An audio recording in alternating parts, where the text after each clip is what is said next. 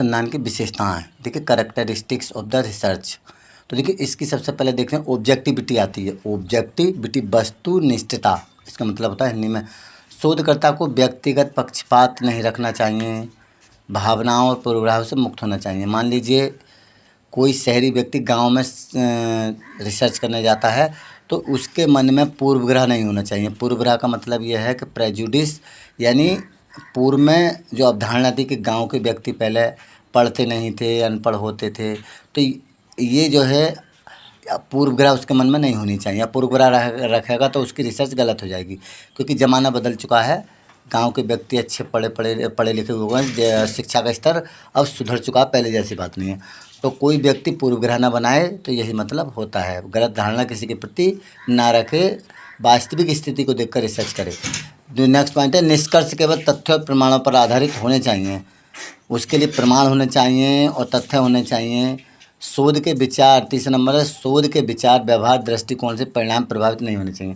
देखिए शोधकर्ता के जो विचार जो हैं वे किसी के व्यवहार से या खुद के व्यवहार से या किसी दृष्टिकोण है, किसी के प्रति कोई दृष्टिकोण है, कोई विचार से परिणाम प्रभावित नहीं होने चाहिए। रिसर्च से उसे भटकना नहीं चाहिए, कहने का मतलब है। तो इसमें देखिए कीवर्ड है इसके, निष्पक्षता, पूर्वग्रह से मुक्त होने, तथ्य पर आधारित होने चाहिए। नहीं विश्वसनीयता, रिलायबिलिटी, सामान्य परिस्थितियों में शोध को दोहराने का समान या लगभग समान परिणाम प्राप्त हो। परिणाम स्तर कंसिस्टेंट होना चाहिए, स्तर एक ही प्रकार का।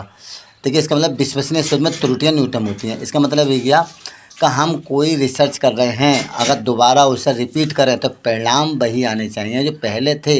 अगर परिणाम तुम्हारे पहले जैसे नहीं आ रहे तो इसका मतलब रिसर्च कहीं ना कहीं गलत हो रही है। तो विश्वसनीयता इसको कहते हैं रिसर्च में, यानी दोहराने पर भी समान रिजल्ट प्राप्त हों। नेक्स्ट है सत्यापनशीलता, यानी वेरीफाइबिलिटी। इसको वेरीफाई करते हैं, प्रमाणित कहाँ भाई ये सही है। शोध के निष्कर्षों की अन्य शोधकर्ता भी जांच करें, जांचने के बाद उसे जो वेरीफाई का मतलब समझ लो प्रमाणित करना, सत्य ठहराना। तो शोध के निष्कर्षों की अगर अन्य से कोई शोधकर्ता भी जांच करे तो वो इसको सत्य होनी चाहिए, वो उसके अनुसार। या डेटा विधियों पर स्पष्ट रूप से प्रस्तुत की जानी चाहिए, कीवर्ड वेरिफिकेशन होनी चाहिए, रीचेकिंग होनी चाहिए, यानी यही हमारी सत्यशीलता होती है रिसर्च में। नहीं तो वैलिडिटी, वैधता इसको बोलते हैं। शोध वास्तव में उसी चीज़ को मापें जिसका अध्ययन किया जा रहा है। यानी हम किसी चीज़ की मान लो शोध करना चाह रहे हैं, अनुसंधान करना चाह रहे हैं, रिसर्च करना चाह रहे हैं, तो हम उसी चीज़ जिस पर हमने रिसर्च करनी है उसी का अध्ययन करें, ना कि उस अपने जो रिसर्च करने की प्रक्रिया तुम्हें दी गई है कोई सी रिसर्च और भटक गए दूसरी पर, वो पॉइंट भी जोड़ दिया आपने। तो ये वैधता होती है इसकी, सही निष्कर्ष प्राप्त करने की क्षमता। यानी जिस ओर हम रिसर्च कर रहे हैं तो उसी पर करनी चाहिए, अपने उस रिसर्च से विचलन नहीं होना चाहिए। नेक्स्ट देखिए एक्यूरेसी होना चाहिए, इसमें एक्यूरेसी शुद्धता, करेक्ट मेजरमेंट होना चाहिए। करेक्ट मेजरमेंट का मतलब है कि सही दिशा में मापन। नेक्स्ट है व्यवस्थितता होनी चाहिए, सिस्टमेटिक ढंग से होना चाहिए, यानी एक के बाद दूसरी, दूसरी के बाद तीसरी, यानी पहली जोड़ दी फिर चौथी पाँचवीं जोड़ दी। देखिए इसमें समस्या का चयन है, पहले हमें ये देखनी चाहिए आखिर हमारी समस्या क्या है।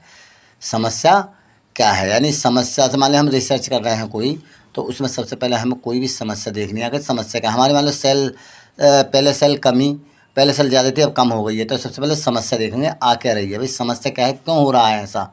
समस्या का चयन वो है कि समस्या को देखेंगे हम, इसका निराकरण कैसे करें, तब उस समस्या पर हम रिसर्च करेंगे कि आगे सेल्स हमारी क्यों घट रही है, भाई तो समस्या हो गई।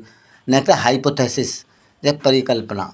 परिकल्पना का मतलब होता है परिकल्पना, मान लो हम उस समस्या से आगे हम मन में एक परिकल्पना बनाते हैं, आगे समस्या कैसे निपटते हैं, मानसिक सोच होती है, अपने दिमाग में उसको सोचते हैं। हाइपोथेसिस जिसे बोलते हैं, हमारी गलत भी होती है सही भी हो सकती है हाइपोथेसिस।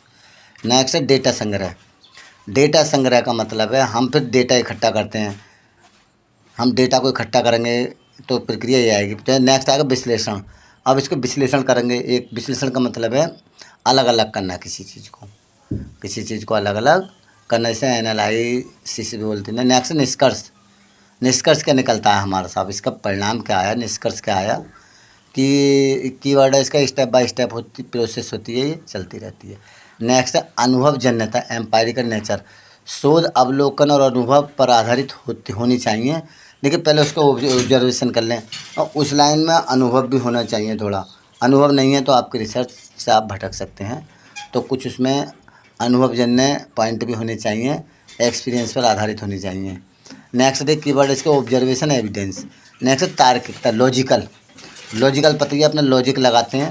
जैसे निष्कर्ष तार्किक विश्लेषण और वैज्ञानिक तर्क पर आधारित होना चाहिए, लॉजिकल होना चाहिए।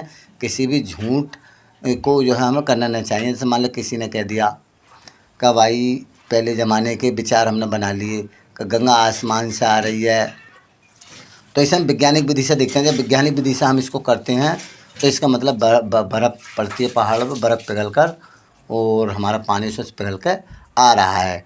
अगर तुम जो है ये मन में विचार कर लोगे कि साहब गंगा जी ऊपर से ही आ रही है, तब इसका रास्ता है कि रास्ता पहाड़ दिया, तो थोड़ी आती हुई दिखाई नहीं दे रही, खाली जो है पानी के रूप में ठंडा है, बर्फ़ जम रही है। तो वैज्ञानिक फैक्ट यही है कि बर्फ़ पिघल के आ रही है। अगर आप पढ़े लिख के और रिसर्च करना चाह रहे हैं, अगर इस प्रकार की पूर्व अवधारणाओं को मानोगे तो आपकी रिसर्च तार्किक नहीं होगी, लॉजिकल नहीं होगी।